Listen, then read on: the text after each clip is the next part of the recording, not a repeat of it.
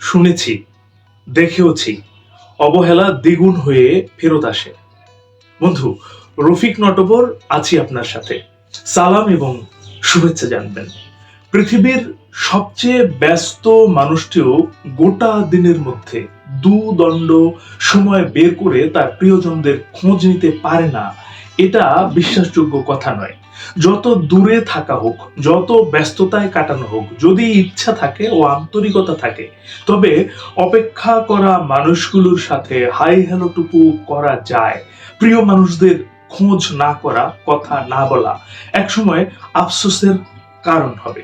যখন দূরত্ব বাড়তে বাড়তে দুনিয়ায় কোনো মাপকাঠি দিয়ে ব্যবধান পরিমাপের সুযোগ থাকবে না, তখন আর প্রায়শ্চিত্তের অপশনও থাকবে না।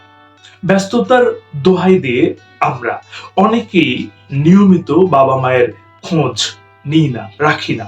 গোটা দিনের মধ্যে কয়েক মিনিট কথা বলতে কার্পণ্য করি, খাদ্যের নিশ্চয়তা দিয়ে ভাবি যে সন্তান হিসেবে বোধহয় দায়িত্ব পালন করে ফেলেছি।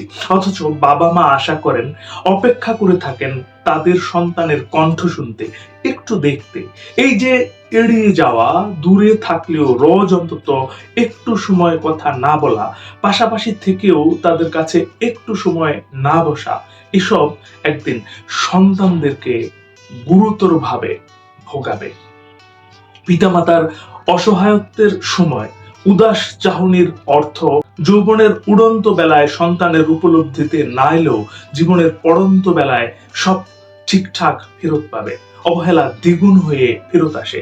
অল্প কয়েকদিন বাদই পিতামাতার কণ্ঠ শোনার সৌভাগ্য হবে না, তাদের পাশে বসে তাদের ভরসা দেওয়ার, দু চোখ ভরে দেখার সুযোগ মিলবে না।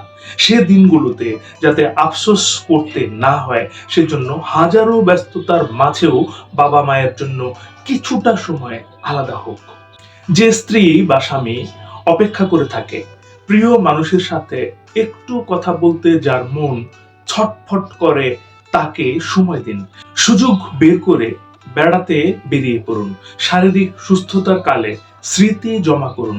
এই যে উড়ে চলা, ব্যস্ততায় ডুবে যাওয়া, এসব কার জন্যে? সেই মানুষটি যদি প্রয়োজনের সময় আপনাকে না পায়, ভাগাভাগি করতে না পারে মনের কথা, তবে সেই মানুষটি যে মন কষ্টের মধ্য দিয়ে যায়, সময় অতিবাহিত করে, সেসবের যন্ত্রণা উপলব্ধি করতে পারেন? মানুষটা যতটা ব্যস্ততা দেখায়, সে আসলে ততটা ব্যস্ত নয়। দিনের মাঝে কয়েকবার সময় বের করে কয়েক সেকেন্ডের জন্য খোঁজ নিলে তাতে কাজের 12টা বাজে না, বরং গতি বাড়ে, সাফল্য প্রাপ্তির হার বাড়ে। দূরে থাকা মানুষটির মনে আপনার ছাপ ভালোভাবে পড়ে। কাছের মানুষটিও মনে মনে আপনাকেই ভাবে। স্বামী বা স্ত্রীর যদি রোজ খোঁজাখুঁজি না হয়, তবে বোঝাবুঝির দূরত্ব বেড়ে যাবে। স্বামী স্ত্রীর সম্পর্ক কাঠ পেরেকের সম্পর্ক নয়, যাতে সেটা রসকসহীন থাকবে। এখানে ন্যাকামো থাকবে, বোকামি থাকবে, অভিমানও থাকবে। খেয়েছে কি না, পৌঁছেছে কি না, কি করছে, এসব খোঁজ রাখাও অন্যান্য গুরুত্বপূর্ণ কাজের চেয়েও গুরুত্বপূর্ণ। যদি মনের মিল না হয়, তবে অন্য কোনো কেমিস্ট্রি জমে না। ব্যস্ততা দেখিয়ে বাইরে বাহবা পাওয়া, সুনাম কুড়ানো কিংবা অর্থ কামের চেষ্টা অর্থহীন যদি ঘরে শান্তি না থাকে। নিয়ম করে কথা বলা, মান অভিমানের ভাষা বুঝে যত্ন নেয়া এবং চাওয়া পাওয়া বুঝতে পারার মধ্যেই জাগতিক কল্যাণ ও মানসিক প্রশান্তি নিহিত থাকে। সন্তানকে সময় না দিয়ে, তার খোঁজ খবর না রেখে ক্ষমতা সম্পদের পেছনে এতটা ছুটবেন না, যাতে আপনি অসুস্থ হলে সন্তান ডাক্তারের কাছে ফোন দেওয়ার আগে উকিলের কাছে ফোন দেওয়া জরুরি মনে করে। সন্তানের বয়স ভুলে গিয়ে কেবল সাইজ কতটুকু সেটা দেখানোর নির্বুদ্ধিতায় ভোগবেন না। সে কোন ক্লাসে পড়ে, জন্মদিন কবে, কিভাবে হাসে, সেসব মনে রাখবেন। সন্তান ঘুমিয়ে যাওয়ার আগে ঘরে ফিরুন। সন্তান জেগে ওঠার পরে ঘর থেকে বের হন। সন্তানের সাথে আপনার কিছু স্মৃতি থাকুক। যেখানে থাকুন, যত ব্যস্ততায় থাকুন, সময় বের করে নিয়মিত সন্তানের সাথে কিছুক্ষণ কথা বলুন। ভিডিওতে তাকে দেখুন, আপনি যদি জেলখানায় না থাকেন তবে সন্তানের সাথে আপনার যোগাযোগ বাড়ানো উচিত। অল্প কয়েকদিন বাদেই এই স্মৃতি আপনার বেঁচে থাকার পুঁজি হবে। বন্ধুদের সাথে যদি যোগাযোগ কমে যায় তবে বুঝতে হবে ভেতরের মানুষটি পঙ্গু হয়ে গেছে। বন্ধুদের সাথে নিয়মিত আড্ডা, ভার্চুয়াল যোগাযোগ এসব স্বার্থহীন ভাবেই থাকা উচিত।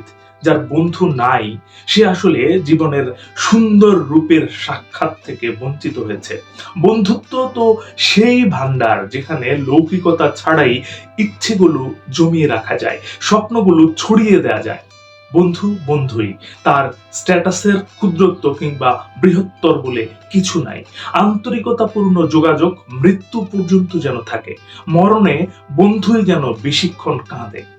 যোগাযোগ বিচ্ছিন্নতার ক্ষতি ও শূন্যতা আফসোস করে ঘোচানো যাবে না। জীবন ফুরিয়ে গেলে এর কোনো প্রায়শ্চিত্ত হবে না। আমরা নিজেদেরকে যতখানি ব্যস্ত মনে করি, কৃত্রিম ভাবে ব্যস্ত বানাই, অতখানি ব্যস্ত হওয়ার সক্ষমতা আসলে মানুষের থাকে না। মানুষকে খেতে হয়, প্রকৃতির ডাকে সাড়া দিতে হয়, তাকে ঘুমাতে হয়, ইচ্ছা থাকলে প্রিয়জনদের সাথে কথা বলার দীর্ঘ সময় বের করা যায়।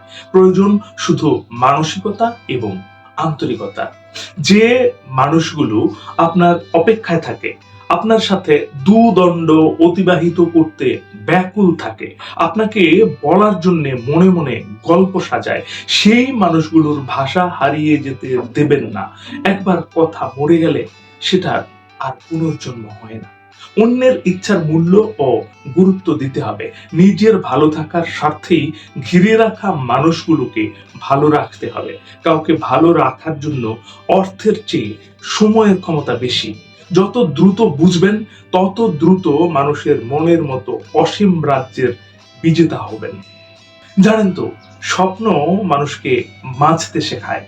শেষ করতে হচ্ছে একটি কথা মনে করে দিয়ে শেষ করব। এই পৃথিবী তাকেই সম্মান দেয় যে ইউনিক কিছু করতে পারে। ইউনিক কিছু করুন, ভালো শুনুন, ভালো থাকুন। ধন্যবাদ।